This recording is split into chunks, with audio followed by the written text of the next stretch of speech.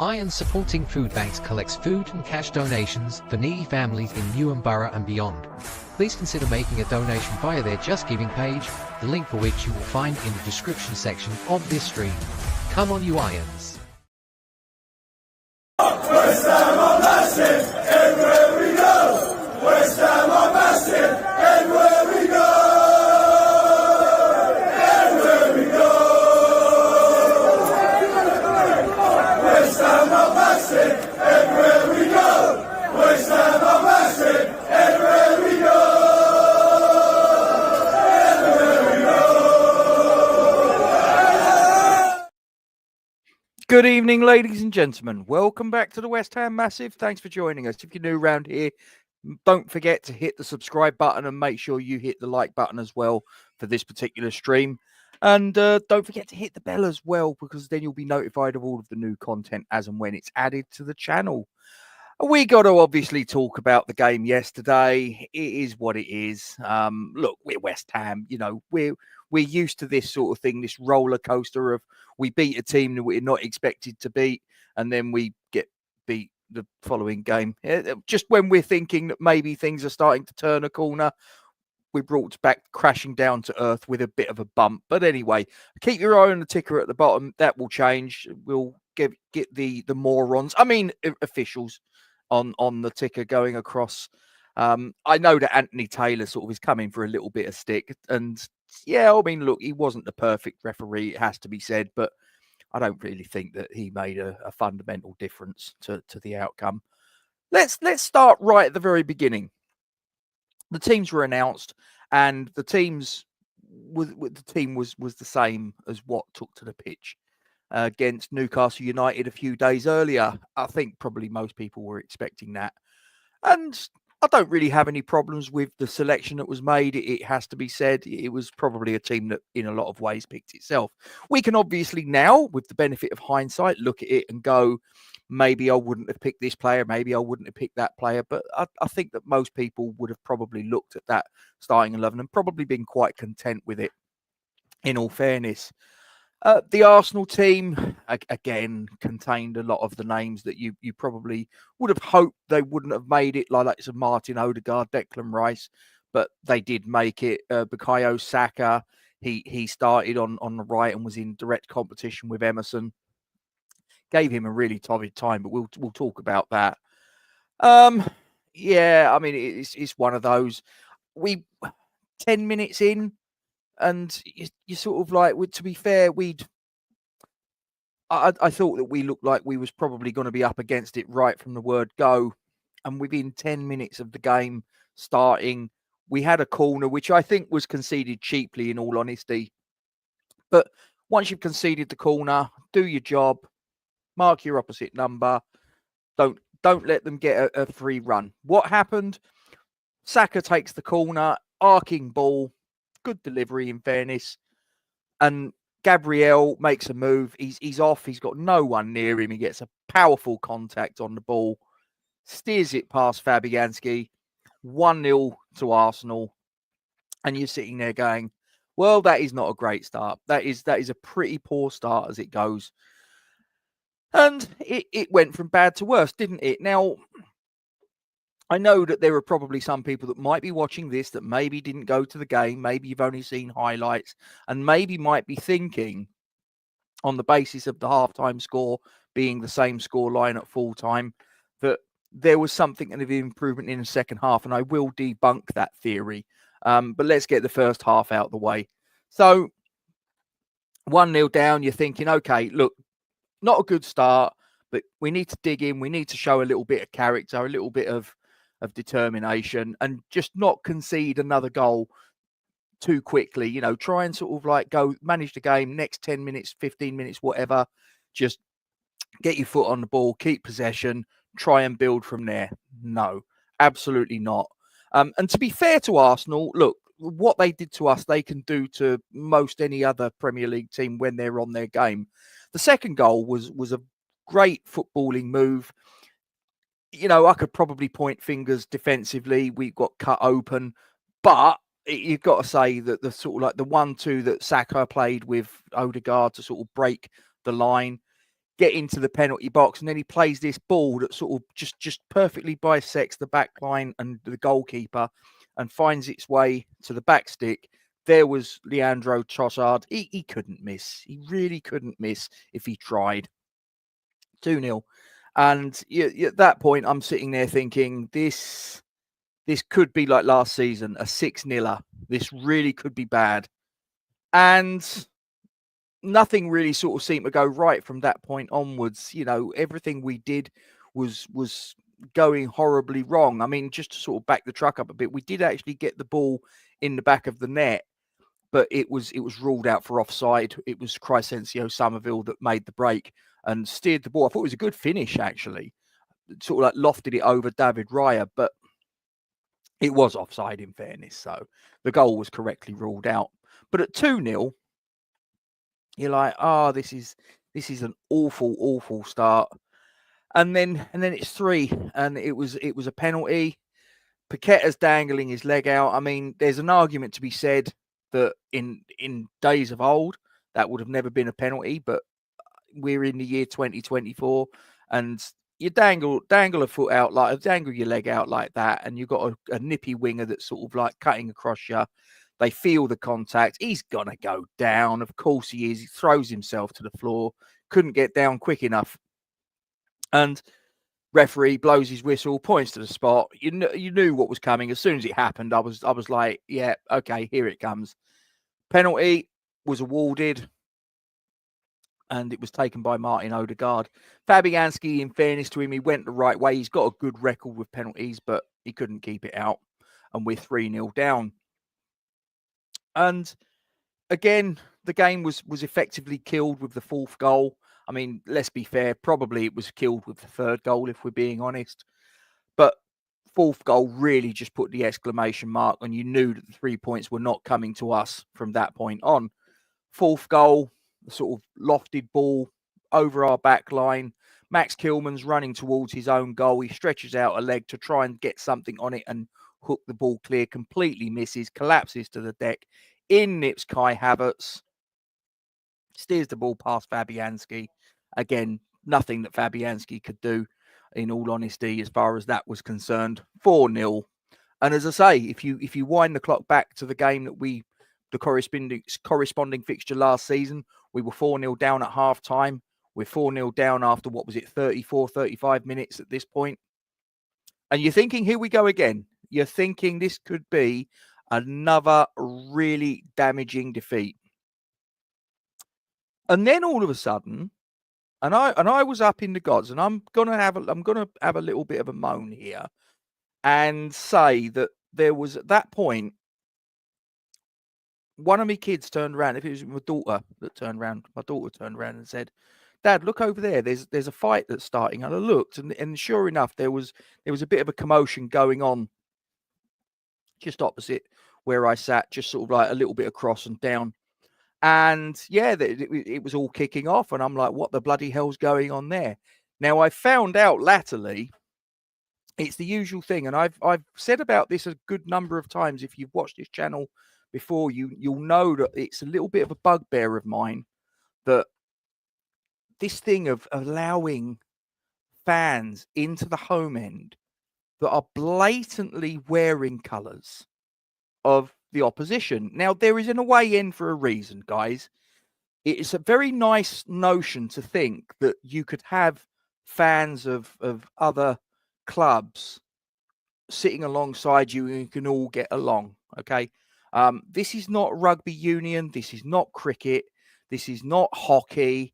This is football. There's tribalism, there's partisan emotions, all of those things. And it's not, like I say, you have an away end for a reason.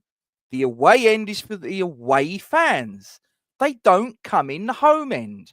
And do you know what? If they do, then do you know what? Maybe they might not want to wear colours. Maybe they might want to just keep their head down, not cheer when their team go 4-0 up and all that sort of thing. They need to keep their heads down and be respectful. Otherwise, what happened yesterday will happen. It's an inevitability. Now, there's been a couple of times that I've seen it right in front of me. I remember one time pulling a steward up and saying about, and this was Arsenal 2 seasons ago. A guy sat in front of me and he was wearing, bold as brass, a Kieran Tierney away Arsenal top. Number 3 Tierney, been blazoned on it. He's wearing it. He's right in front of me. I've gone to get a steward.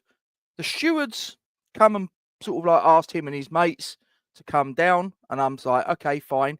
They've come back and all he's got them to do is just take the top off. And I'm sitting there and I've turned around to him afterwards and I went, mate, why did they come back? And he sort of like, he scratched his head. He sort of gave sort of shrug of the shoulders, whatever. And it was like, well, I've seen that he was wearing an Arsenal top. Now, I'm not gonna sort of start kicking off at the guy. I'm here with my family. I'm here to watch a game of football. That's fine. But someone else might have spotted it. Someone else might be quite aggrieved to it. And if they've had a few sherbets and the results going badly, who's to say that they're not going to get a clump, sort of like a slap round the face or whatever? You know, a right-hander. It's completely ridiculous that you allow this to happen. Now, part of the problem is that with stewarding, the stewards are not employed by the club, right? Back at Upton Park, the stewards were employed by the club. They were paid a wage by the club. That probably the club vets them, does all the training, all of these things. The stewards at the London Stadium, from what I am led to understand, are not employed by West Ham United. They are employed by, I think it's LLDC or whatever, London Stadium. So they're not West Ham fans. They don't give a shit. They could be Arsenal fans. They could be Tottenham fans. They could be Millwall fans. We don't know. They might not even like football. They're just doing it to earn a crust. Fine, not a problem. But to allow away fans blatantly in colours in the home end is a recipe for disaster. As I say, this is not rugby. This is not cricket. I've been to games of rugby at Twickenham or wherever. Fans of all different persuasions, all wearing colours, all having a beer, all having a laugh. And it would be a very, very nice notion to think that that could happen in football. It can't. That's not the way football operates. Like I say, it's very emotional and all of that. So this has all come about. And I've seen a statement that the club have put out lately about, you know, they're going to deal with the fans, this, that. Well, hold on a minute. Hold on. Maybe you might want to deal with the crux of the problem. The crux of the problem is that you, the club, are selling tickets to away fans. That's the first thing. The second thing is that the stewards aren't doing fuck all about it when fans, like I've done, have pointed out that you've got away fans in the home end. As I say, you have a home end, you have an away end. The away end is for the away fans, right? Otherwise, just fucking get rid of it. Get rid of it. If you're going to have that load of old shit, get rid of it, right? And then let's see what happens. There'll be a fucking bloodbath. You know it, I know it. Anyway, so I've pointed out to stewards in the past, you've got someone there, they're wearing the colours of the opposition, right? And they just stand there and they go, well, so long as they're not causing a problem, the club are quite happy with it.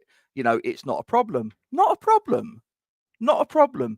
All it's going to take is someone to get tanked up, pissed off, and whack. It's going to spark. You're going to have a situation, and I reckon that's what happened yesterday. Probably there was an Arsenal fan in colours, and it's all kicked off from there. Guaranteed. Absolutely guaranteed. They're trying to peddle this thing that it was West Ham fans against West Ham fans. I'll guarantee you that is not what happened at all. 100% fact. They were Arsenal fans, and it happens every game. Arsenal fans, Man United fans, Tottenham fans, City fans, they all come in their fucking colours, and they're laughing at us. They're laughing at us because our absolute fucking cunt owners don't fucking sort this shit out and get these people out. Anyway, I'm going off on a little bit of a rant, but it needs to be said. Anyway, so we're 4-0 down. Game's gone. But so you think, Wan-Bissaka gets a goal. 2-2. Incredible. I think he'd scored 2 in his entire career up to this point.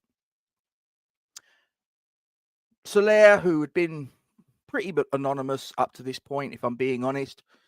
Lovely through ball. Got to give him that. Lovely through ball. Found Wan-Bissaka, steadied himself, got the shot away, past David Raya. 4-1, and you're thinking, look, yeah, it's nice, but it's not really going to lead to anything. It's consolation. That's all it is. Consolation goal. At least they're not leaving with a clean sheet like they did last season, right? So it's a little bit better than last season. But let's we need to sort of draw a line under this. We're not going to get anything. But a couple of minutes later, we get a free kick. Emerson steps up, bang, top corner, past Raya again, and 4-2. Now, at this point, you'd like to think that we'd go, right, okay, we need to get the next goal. We absolutely need to find a way to get the next goal. We need to get it either this side of the interval or very closely after we restart. And just as you're gathering your thoughts, just as you're thinking that that's a possibility, there's a corner, another corner that's put in. Now, we didn't handle the corners at all well yesterday. And Arsenal have this little thing, and I've never noticed it before, but they do this little thing where they will take a collection of players and they will move them to the opposite side of the penalty area from where the corner is being taken, right? And then as the corner takers shaping to take it, they'll all of a sudden all charge into the sort of like the central area of the penalty box and start moving around and whatever sort of thing. Ball's played in. Fabianski comes out. I think that the goalkeeper should try and catch it and take the pressure off of the back line instead of trying to sort of get a fist to the ball and punch it out. And you're basically giving possession back to them at the end of the day. At least if you catch it, you might sort of be able to sort of start a counter attack or whatever. But everybody was defending the corner. If you're going to punch it out, it's just going to come straight back at you within the next 5-10 seconds. So what's the point? Catch the fucking thing. No, he goes out with a Superman punch, catches Gabriel. He goes to the floor. Taylor blows his whistle again. It's another fucking penalty. He's writhing around in pain. It's a shame he didn't knock his teeth out, but never mind. Fabianski gets a yellow card. Saka takes it. He had a good game, in fairness. He did have a good game. Takes it. Again, Fabianski goes the right way. Couldn't keep it out. 5-2. Now, that was the halftime score. That was the full-time score. I'm going to show you something because, as I say, there's probably a lot of people that are looking and thinking that maybe we improved in the second half. Well, in a statistical sense, yes. So that there, where it says top stats, so that's the stats at the end of the 90 minutes. That there is the stats at the end of the first half. Now, as you can see there, we got absolutely rinsed in that first 45 minutes. Absolutely rinsed. Then you look at the stats just for the second half. You would be forgiven for looking at that and saying, oh, West Ham actually had the better of the second half. Don't be stupid. Come on. Seriously. That isn't what happened at all. Arsenal managed the game. Arsenal were sensible. They had 3 points in the palm of their hand. There was no point in them expending any more energy than was absolutely necessary. So what did they do? They just controlled the next 45 minutes. They kept us at arm's length. They toyed with us like a cat toys with a half-dead mouse, right? I actually said it. I can't remember where I said it. I think it was the fan cam that I've done for Hammers Chat. Went out a little bit earlier. And I turned around and said, it's like when a boxer has gone through 9 rounds of a boxing contest. And he's won every round. And the corner is saying to them, look, unless there's an opportunity that presents itself and it's just too good for an opportunity for you to pass up, you are winning this fight hands down. And all you need to do is you need to negotiate the next 3 rounds, not do anything stupid, and you will win this fight on points, right? That was what happened in the second half yesterday. Arsenal didn't need to take any risks. All they needed to do was conserve energy, keep rotating the players, so making substitutions of players that you want to protect and shield from injuries and all of those things, and just play out the next 45, manage the situation. That's what's happened in the second half. That's why you look at those second half stats and go, well, West Ham made a little bit of a fight back in the second half. We didn't. Absolutely not. We were poor. We had no punch up front. The only punch I saw all day was the one that Fabianski did on Gabriel. And that was it, right? So just don't even get fooled into thinking that. Look at those stats. You could probably be forgiven for thinking it. Don't. We absolutely didn't show up from minute 1 to minute 90. So that's basically the end of it. Now, what's essentially happened is that the clock has reset for Julian Lopetegui. Now, I'm told he was in the stands sitting next to Tim Stuyton, or at least in close proximity to him. I'm sure that was a very happy, cordial moment that those two were sat together. Draw your own conclusions. I haven't seen any of the sort of footage of those two sat together, but this is what I'm told. It looked a little bit frosty and all the rest of it. But I think that it's now reset the clock again. It's the old 2 games. He's got 2 more games. He's got Leicester on Tuesday night, and then he's got Wolves Monday week. And I think if he doesn't get... I think if he gets 2 points, but we've put in 2 good performances, maybe. If we win one of those 2 games and maybe get a point in the other, then I think he's gonna be here for a couple of games longer. But we're just continually kicking the can down the road. I don't know. I wanted to see the team performance that we had against Newcastle that was there for all to see. I wanted to see backed up in this game. Even if we'd have got beat, I'd have turned around and said, you know what, there's something there to build on. I didn't see that. I again saw 11 strangers on the park. I don't think that anybody knew what they were doing. Now, the good news is that obviously for the Leicester game, which is on Tuesday night, Mohamed Kudus comes back. He served his 5-game ban and he comes back. Now, I'm keeping my fingers crossed he plays up front, because I think if he plays as the central striker and you have Somerville and you have Bowen either side of him, that's an attack that's going to keep any Premier League defence on its toes. If we're going to sort of like shove him out onto the left again and have Antonio through the middle, drop Somerville to the bench, leave Bowen on the right, or whatever way you jiggle it around, for me, that front 3 is absolutely potent. It's got pace, it's got trickery, it's got just a really sort of good blend of players there for me. Antonio can come on as an impact sub, and I think that's a good option. But if I can see him, he's going to shove Kudus on the left, isn't he? He's going to shove Kudus on the left. Is he possibly going to sort of try and wangle Alvarez into the starting lineup? And if so, who does he drop? Now, for me, it probably should be Paqueta. It probably will be Soler in reality, but we'll wait and see. But that was not a good performance yesterday. It was not a good outcome. It was probably the outcome we all expected in truth. But as I say, all of the stuff you're hearing about West Ham fans fighting with themselves, don't believe it. They weren't fighting with West Ham fans. It was the thing that I've seen it many, many times with my own eyes. Away fans in the home end causing a bit of a stir with players, with supporters, and they shouldn't be there. They really shouldn't be there. We have an away section for a reason, and that's all there is to it. Now, obviously, I've been having a little bit of a rant. I can see your comments, guys. I will have a little squiz at them, but I am really, really fed up. Really fed up. Let's have a little look. Let me just wind back. So, who we got? Larry's in. Totally mentally drained after watching that match yesterday, mate. So am I. Let me have a look. No complaints on the scoreline. I've got no complaints for the scoreline, other than, it's not what I want to see, but was it a fair reflection of the game? Probably.